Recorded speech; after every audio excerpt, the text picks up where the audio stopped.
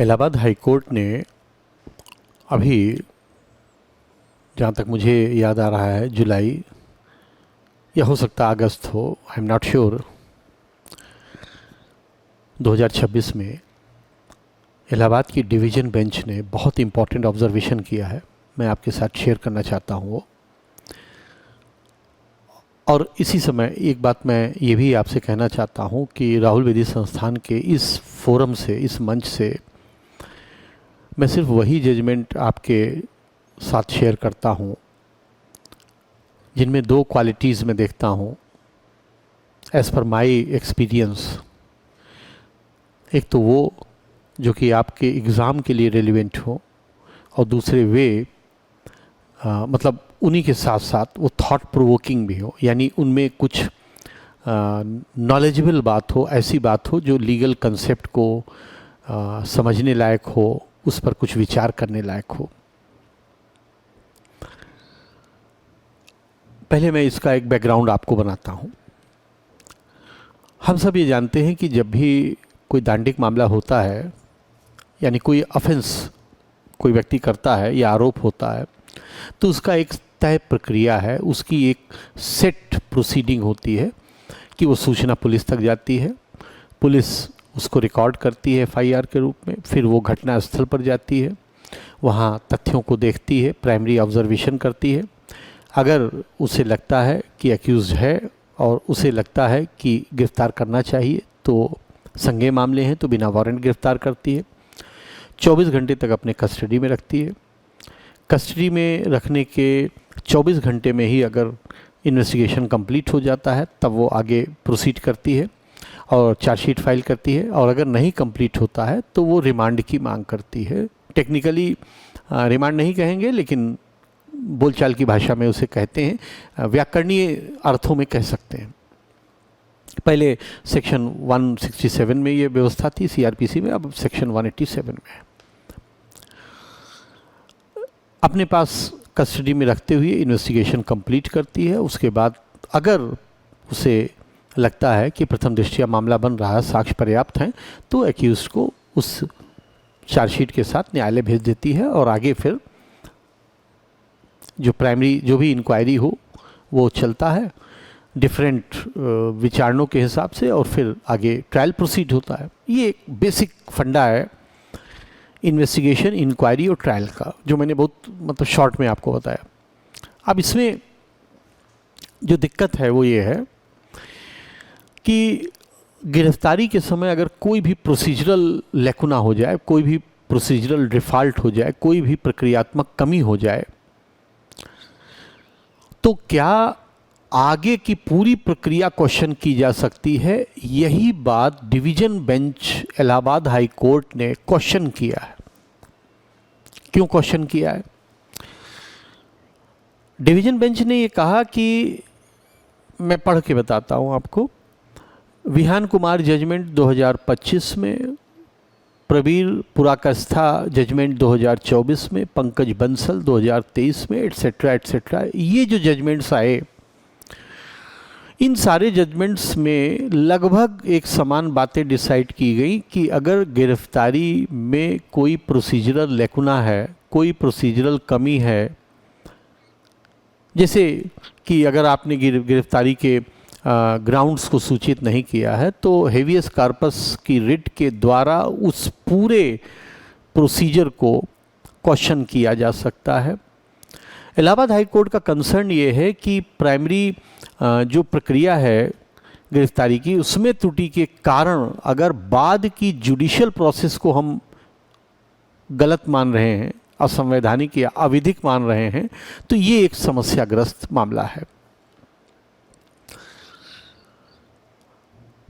पंकज बंसल अगर मैं बात करूं निर्णय की, जो कि 2023 का है, तो ये मुख्य रूप से पीएमएलए यानी मनी लॉन्ड्रिंग एक्ट के कंटेक्स्ट में है, और ईडी की शक्तियों के संबंध में है कि जब वो गिरफ्तार करेगी तो उसे रिटर्न में गिरफ्तारी के कारण देना चाहिए।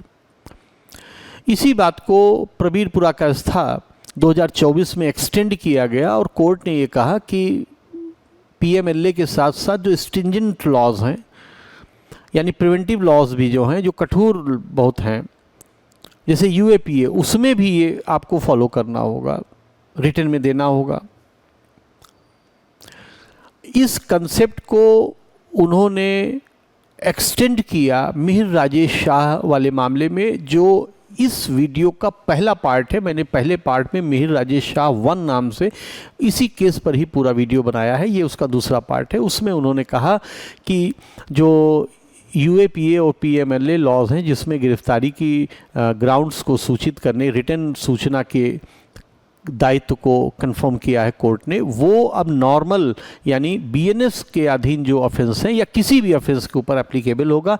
यानी अगर गिरफ्तार करने वाली अथॉरिटी या पुलिस अधिकारी या कोई भी व्यक्ति अगर रिटर्न में वह सूचना नहीं देती है, तो वो पूरा उसका गिरफ्तारी असंवैधानिक हो जाएगी और हैवियस कॉर्पस की रिट के माध्यम से वो क्वेश्चन किया जा सकेगा, वो पूरा प्रोसेस। यही बात विहान कुमार में भी तय किया गया 2025 में, और उन्होंने उसमें सुप्रीम कोर्ट ने ग्राउंड के गिरफ्तारी के कारण को बताना और गिरफ्तारी के आधार को बताने में अंतर बताया। यानी रीज़न फॉर अरेस्ट और ग्राउंड फॉर अरेस्ट में डिफ्रेंशिएशन किया है। उन्होंने ये बात तय किया है कि अगर आप ग्राउंड्स को नहीं बताते हैं तो वो गिरफ्तारी असंवैधानिक हो जाएगी। इस संबंध में एक प्रॉपर वीडियो रेगुलर क्लास में हमने डिस्कस किया है पहले।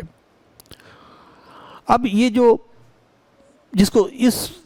सीरीज है, इसको सेकंड सेट ऑफ जजमेंट कहा है इलाहाबाद हाई कोर्ट ने। उसमें निष्कर्ष ये है कि ये सारे जजमेंट आर्टिकल 22(1) के हिसाब से उचित हैं, ठीक हैं, होना चाहिए। ये युक्तियुक्त प्रक्रिया होनी चाहिए, फेयर ट्रायल के लिए जरूरी है, रीजनेबल और फेयर ट्रायल होना चाहिए, जीवन का अधिकार है।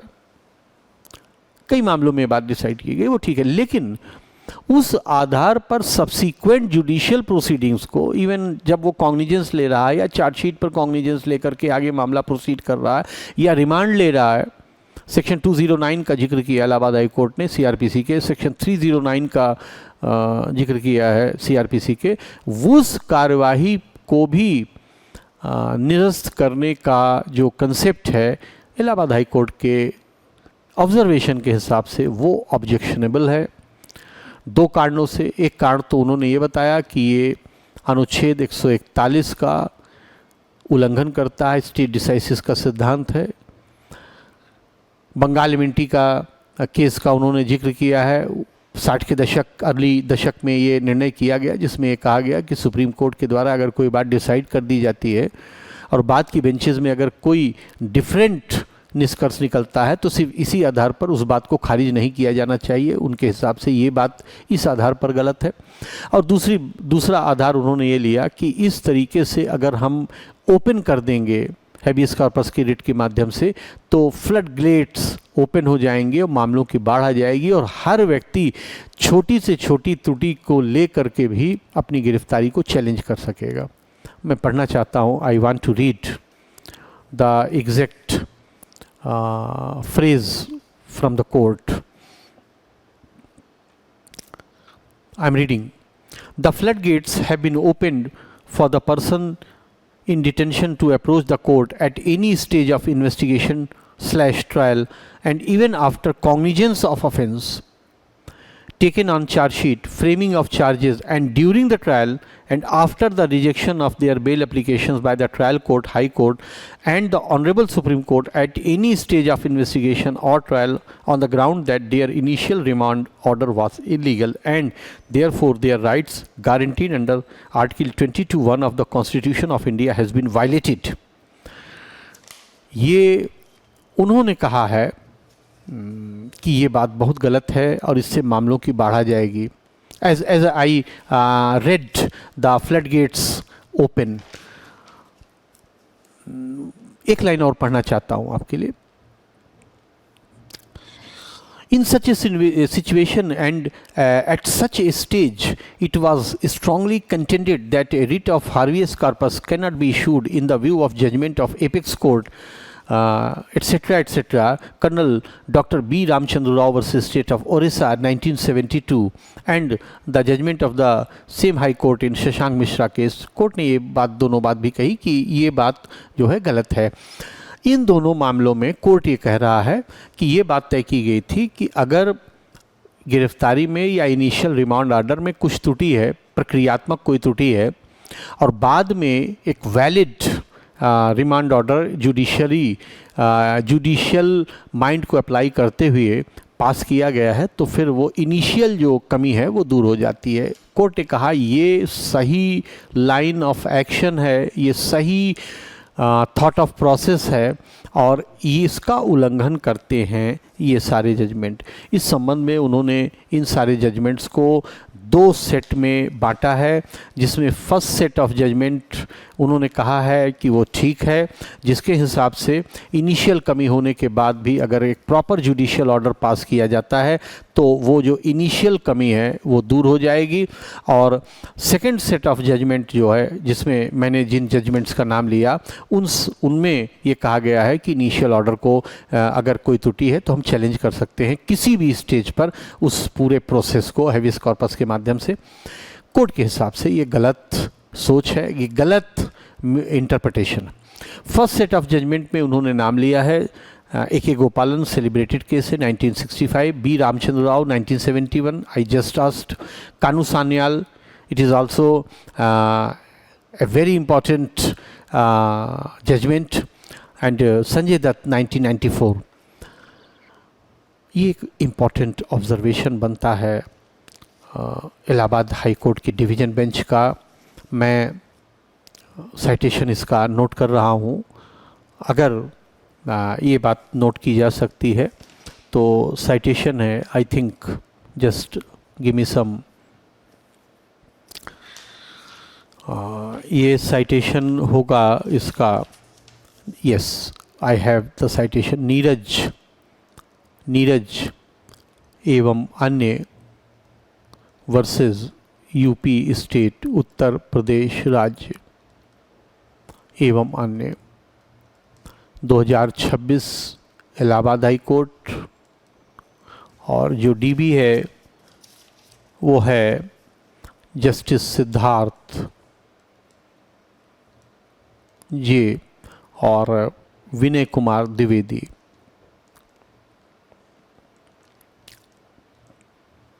जी, तो